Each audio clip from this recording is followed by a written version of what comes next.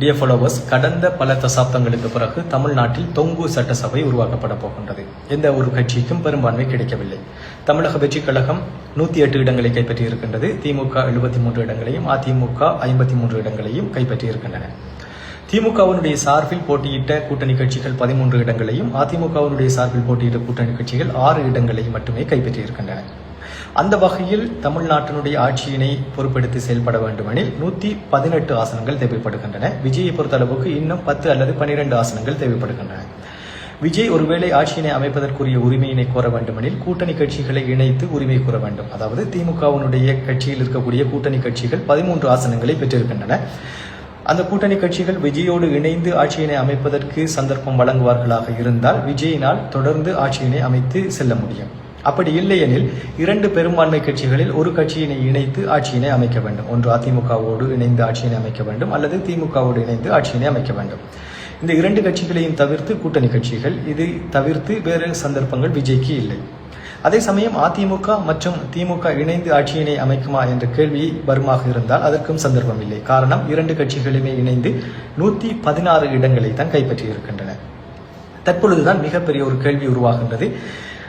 தமிழக வெற்றி கழகத்தினுடைய மூத்த நிர்வாக உறுப்பினர்கள் ஏற்கனவே கூட்டணி கட்சிகளுடனான பேச்சுவார்த்தைகளை ஆரம்பித்திருக்கின்றார்கள். ஒன்று, கூட்டணி கட்சிகள் விஜயோடு இணைந்து ஆட்சி அமைக்கும். அப்படி இல்லையெனில் விஜய்க்கு ஆதரவளிக்கும் வெளியிலிருந்து, சட்டசபைக்கு வெளியிலிருந்து ஆட்சியினை அமைக்கக்கூடிய ஆதரவினை வழங்கக்கூடிய சந்தர்ப்பங்களும் இருக்கின்றன.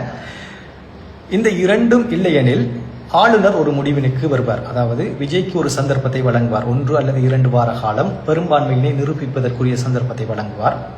அப்படி வழங்கும் பட்சத்தில் விஜய் அந்த பெரும்பான்மையை நிரூபிக்க வேண்டும். அப்படி இல்லை என்றால் விஜய் ஆளுநரை சந்தித்து பெரும்பான்மை தனக்கு இருக்கின்றது என்று ஆவணத்தை நிரூபிக்க வேண்டும். அப்படி நிரூபித்து ஆட்சியினை தொடர்ந்து செயல்படுத்தி கொண்டு போக வேண்டும். இந்த 2 விடயங்களுக்கும் முற்றுமுழுதாக மிகப்பெரிய தடையாக இருப்பது கூட்டணி கட்சிகளுடைய பேச்சுவார்த்தைகளும் இதர பிரதான கட்சிகளுக்கு இடையிலே நடைபெறப் போகின்ற பேச்சுவார்த்தைகளும் தான் இருக்கப் போகின்றன. பொறுத்திருந்து பார்ப்போம், வரும் நாட்களில் எவ்வகையான விளைவுகள் தமிழ்நாட்டினுடைய சட்டமன்ற தேர்தலில் சட்டசபையில் இடம்பெறப் போகின்றது என்று. அப்படி விஜயினால் பெரும்பான்மையினை நிரூபிக்க முடியாத பட்சத்தில் ஆளுநருடைய ஆட்சி முதல் 2 தொடக்கம் 6 மாதங்கள் நடைபெறக்கூடிய சாத்தியங்கள் இருக்கின்றன. 6 மாதங்களுக்கு பிறகு மீண்டும் சட்டசபை தேர்தல் உருவாக்கப்பட்டு அதில் பெரும்பான்மை நிரூபிக்கக்கூடிய கட்சிக்கு வாய்ப்பு வழங்கப்படும் ஆட்சியினை அமைப்பதற்கு. அப்படியும் இல்லாத பட்சத்தில் குடியரசுத் தலைவருடைய ஆட்சி முதல் 6 தொடக்கம் 2 வருடங்கள் வரை நீட்டித்து செல்லக்கூடிய வாய்ப்புகள் இருக்கின்றன. குடியரசுத் தலைவருடைய ஆட்சி என்பது பாஜகவினுடைய ஆட்சியை இடம்பெறப்போகும். ஆகவே அதற்கு முன்பு விழிப்புணர்வோடு தமிழகத்தினுடைய பிரதான கட்சிகளில் யாராவது ஒருவர் ஆட்சிக்கு ஆதரவாக செயல்படுவார்களா, விஜயோடு இணைந்து செயல்படுவார்களா, அல்லது ஆட்சிக்கு வெளியில் இருந்து ஆதரவு அளிப்பார்களா, கூட்டணி கட்சிகள் விஜயோடு இணைந்து செயல்படுமா, அல்லது விஜய்க்கு ஆதரவாக ஆட்சிக்கு வெளியில் இருந்து ஆதரவு அளிக்குமா என்ற ஒரு விடயமும் பரவலாக பேசப்பட்டுக் கொண்டிருக்கின்றன. நண்பர்களே, மீண்டும் ஒரு வீடியோவில் வரும் நாட்களில் இடம்பெறப் போகின்ற விளைவுகள் என்னவாக இருக்கும் என்ற விடயத்தோடு தொடர்பு கொள்வோம்.